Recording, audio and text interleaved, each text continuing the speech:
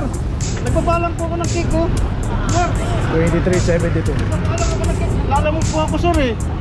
Sir. Nakapatay sa takil mo. Hindi nga, nagre-river po ako ng cake sir. Hindi ka nakahazard. Sir, bawal sa bawal tuba tayo. Oo nga, alam po. Kaya nga lang po kasi binaba ko nga lang po. Nag-deliver lang po ako ng cake. Unattended po kaya tayo. Kasi nga binuhat ko po yung cake sir eh. Hindi na namin alam yun. Pwede. Binaba ko nga. Kaso binaba ko nga po yung cake Paano sir. lang natin Sir naman sir, wala pa akong booking sir. Ngayon pa lang ako Kaya nag-booking nga sir. sir, doon naman tayo pa. Sir, wala po akong pamasahe papunta rin sir. Regular ako nagbabayad sa kanya. Sabi niya sa akin, diyan mo na lang ipapark ako ng bala sa kanila. Kasi wala, pwesto ko kasi yung dati sa jeep eh. Ayun. Yung pinagsilan na kung saan pwede tayo magparada. Ngayon po, 2023 na, sumunod po tayo sa batas trapiko. Huwag po tayo maging pasaway. Yun lang po, salamat.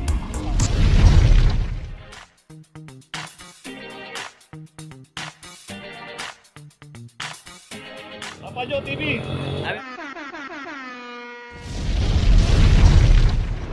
Location natin Dapitan, corner Rosarito Street. Dito na may isang Toyota Avanza. At ito wala ring driver.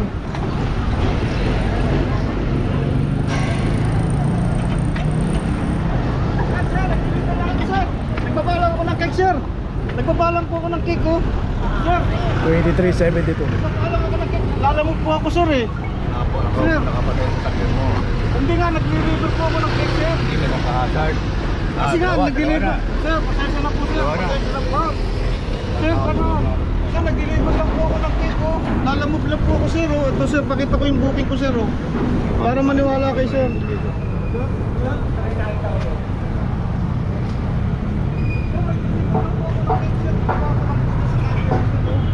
Pasensya na po sir. Ito po yung booking ko sir. Oh. Pinaba ko lang po. Oh. Pinaba ko lang sir. Oh. 20 bucks po kasi pinaba ko sir eh. Alam ko lang sir, bawal sa bawal tuba tayo. Oo nga, alam po. Kaya nga lang po kasi binaba ko nga lang po sir. Nag-deliver lang po ako ng cake. Unattended po kaya tayo. Kasi nga binuhat ko po yung cake sir eh. Hindi na namin alam yun sir. Kaya nga sir, yan humingi ako ng pasensya. Ito po sir, lalamog po ako para maniwala po kayo sir. Oh. Sir, pasensya na po sir. Wala tayong problema kung lalamog ka o deliver ka. Kaya nga sir, kasi Nasa nagpa-deliver. binabaan mo, bawal tayo dyan. Eh nagpa-deliver nga po ako sir. Kaya nga po humingi ng pasensya sir. Humingi ako ng sorry sir. Puntahan mo lang sa office ko sir. Sir, parang kung makakano sir, wala naman po akong ano. Ay sir, mag-comment ka, pakiapo ka. Wala nga po, unang bukid ko pala nga po eh sir. Sir, pasensya sir naman. Nakumakay dyan, Sir naman, kaya nga nakikusap ako sir eh. Kaya nga eh, bawal Ito na sir, oh, kita mo. Galing pa ako ng Cavite sir. Naintindihan ko yan, kaso nga, bawal na po sa amin tanggalin yan. Sir, kaya nga po nangingi ako ng pasensya sir. Ito mo sir, ito po, galing po ako ng Cavite yan sir. Oh. Ito po, Sir, last kaya na nga sir. sir, hindi natin pwede hingin ng pasensya sir. Sir, pasensya sir. Lagi Kaya na nga, lang ganun, pasensya. hindi sir, kaya nga first time ko nga po ano ito sir. Ito nga, papakita ko sa inyo sir. Yung Sir, booking ko sir. nakita Oh. ko nga, nabasa ko yan. Kaso nga, Sir naman, hindi kaya mo nga, pwede tanggalin yan sir. kaya nga nagmamakaawa nga ako sir eh. Sir naman, konti ano nila sir, consideration lang sir.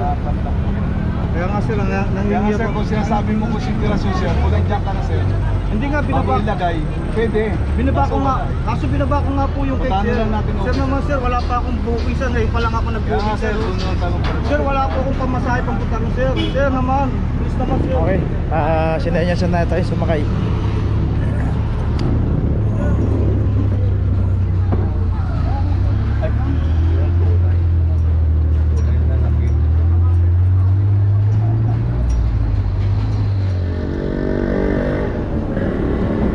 Location natin Maceda, corner Simon. Dito isang Honda Civic. Dito nga yung pagkakaparada nito, kagaya nung umalis na sasakyan dito, tama yung pagkakaparada niya. Pero dahil ng Honda Civic kasi dito, hinarangan niya na yung bangketa rito. So pwede naman sana ginaya niya yung parada ng ito, yung palis sa sasakyan na Toyota. Sumunod siya doon sa harapan, yun, hindi manuhulihin yun kasi pasok naman doon sa property line nila. At gaya nito, kaya naklam to kasi makita na yung pinaradahan nito.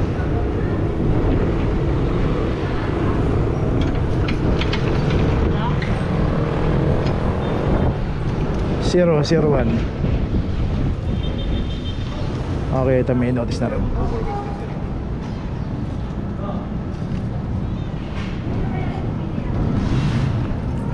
So yun, may gas-gas na yan.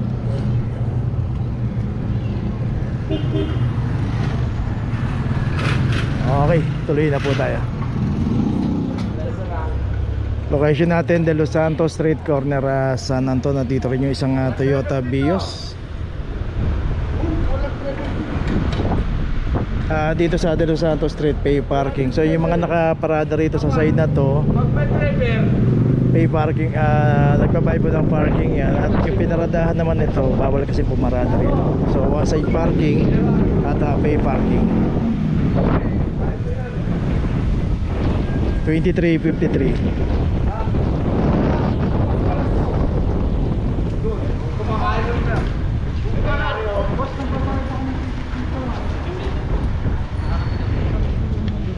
Dapat may driver, medyo sa loob. Dapat pinikas sa salitan. Ito, ito sa loob. Araw-araw niya kung ano ng ticket dyan. Sabi mo siya, pag pinapagod. Okay, may notice na. So dito tinatawagan lang yung PA kasi sinasabing may ticket, yung pinaradahan kasi bawal.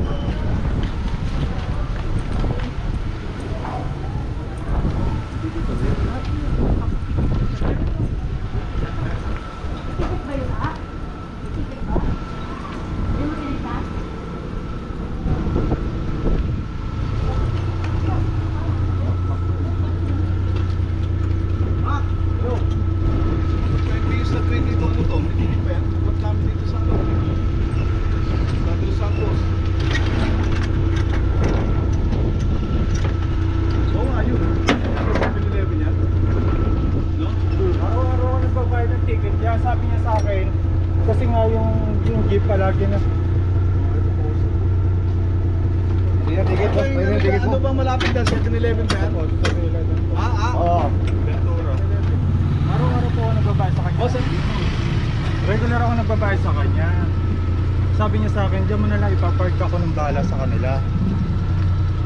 Kasi wala, pwesto ko kasi yung dati sa jeep eh. Ayun, yun sir. Yung jeep na yan, diyan ako nakapwesto talaga. Tapos sabi niya sa akin, boss dito mo na lang ilagay yung kotse mo, ako na lang bahala sa ano. Kasi araw-araw niya naman binibigyan ng ticket eh, sa park. Sabi niya sa akin, sa clamping ako nang bahala sa kanila, kausap ko na sila. Ayun natin. Araw-araw ako nagbabayad sa kanila. Saan ka ba ngayon? Diyan ka ba nakasa inyo? Wala yung ticket ko eh. Ano araw na tayo yun? 29. Kung nagbabayad ka, dapat active tayo, di ba? Hindi ko siya nakikita kahapon eh. Pero nag-iwan siya sa akin ng ticket. Siya nagsabi sa akin na doon na mag-park kasi pwesto ko talaga sa jeep. Sabi niya sa akin, boss dito ka na maglagay ng sasakyan mo, ako na bahala sa kanila. Kausap ko na sila. Outside parking tayo dito. Isa pa, walang ticket pa rin yung sa Pakita mo na lang sir doon sa Central Ang Market. labo naman yan boss. Siya nagsabi nun eh. Ano yung bago? Huwag naman ganun boss eh. Ito oh, kasi kausap ko. Oh. Hindi lang tayo nagkita kahapon eh. Ticket na kahapon yun. May umaga kasi maalis.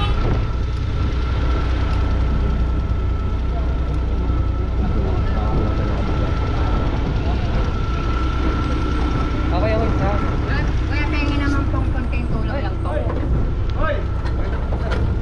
So yun, sila na bahala mag-usap dyan. Okay, tuloy na po tayo.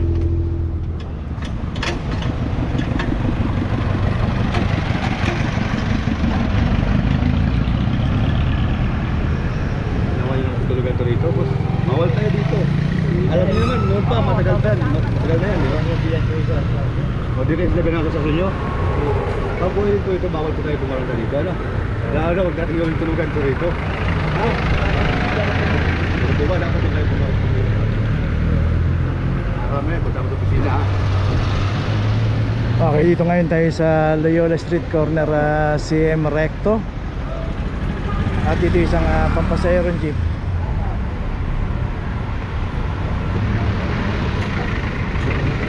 Dito nga kasi no, yung pinaradaan din ni Kuya rito. Sa tapat pa ng signage, no parking, clamping zone. So sana pagka paparada tayo, matutulog tayo, Okay naman yun kung talagang pagod na tayo sa biyahe, kailangan magpahinga, dapat talaga yun. Pero dahil nga dito sa pinaradahan niya, unang-una may signage, pangalawa mabuhay lang itong kahabaan ng Loyola Street. So hindi dapat dito nagpapahinga o matutulog sa loob ng jeep. Yun nga, kasi ito naabutan to dito, kaya naklab na rin to dito. So ugaliin natin na iayos natin yung mga sasakyan natin kung saan natin ipaparada. Huwag natin ilagay sa may mga signage, huwag natin ilagay sa mga mabuhay din. Kuya. Okay, tuloy na po tayo.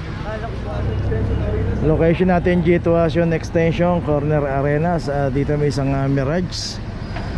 Dito makikita nga natin yung pinaradaan ng Mirage.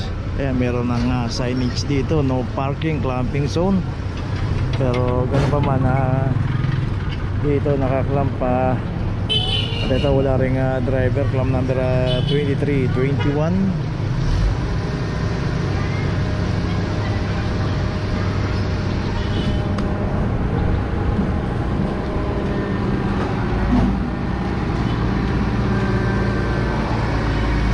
Ito may notice na rin, tuloy na po tayo.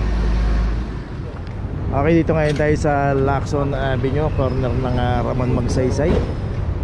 Dito nga makikita natin dito sa ilalim ng tulay ng Nagtahan at dito pa sa Center Island. Kita natin nandito pa sa gitna ng arko. Ito na naman to yung Nissan Banet.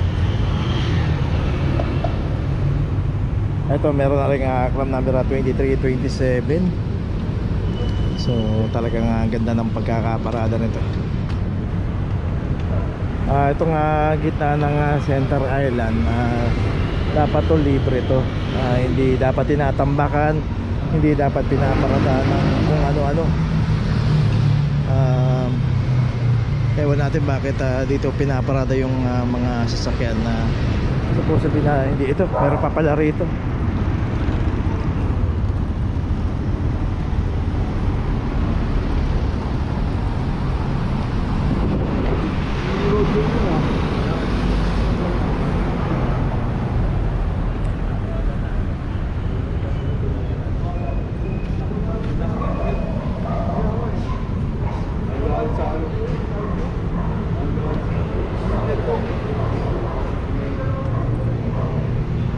Ito naman isang Land Cruiser.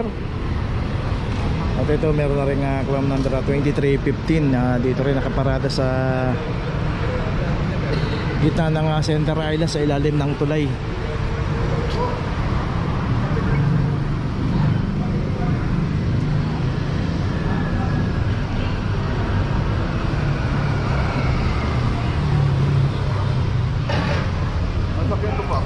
Land Cruiser Toyota. Toyota.